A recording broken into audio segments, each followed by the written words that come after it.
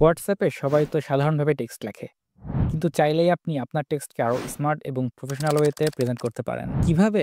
চলুন phone screen থেকে দেখি। এখন যদি আমি ২টা টিল্ডা ইউজ করি এবং এর মাঝে এসে কোনো টেক্সট লিখি, তাহলে দেখবেন এই টেক্সট অটোমেটিক স্ট্রাইক থ্রু ফরম্যাটে চলে গেছে। এটা সেন্ড করলে এভাবেই সেন্ড হবে। ২টা স্টারের মাঝে আমরা এখন যেই টেক্সটটা লিখব, এই টেক্সটটা অটোমেটিক বোল্ড হয়ে যাবে।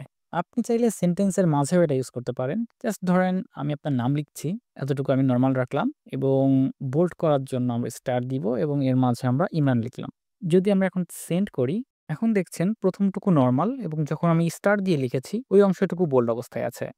এখন যদি আমরা এই টাইটেলটা মোনো স্পেস স্টাইলে লিখতে চাই, তাহলে শেষে একটা কোটেশন ইউজ করব এবং ১ম এ একটা কোটেশন ইউজ করব। তাহলেই দেখতে পাচ্ছেন আমাদের টেক্সটটা মোনো স্পেস স্টাইলে হয়ে গেছে। অনেক সময় আমাদের ইটালিক স্টাইল লিখতে হয়।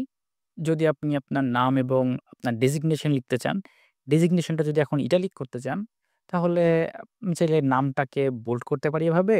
এবার ডেজিগনেশন লেখার আগে ২ টা আন্ডারস্কোর ইউজ করবেন এবং আন্ডারস্কোরের মাঝখানে যখন আপনি টেক্সটটা লিখবেন, দেখবেন আপনার ওই টেক্সটটা ইটালিক হয়ে গেছে।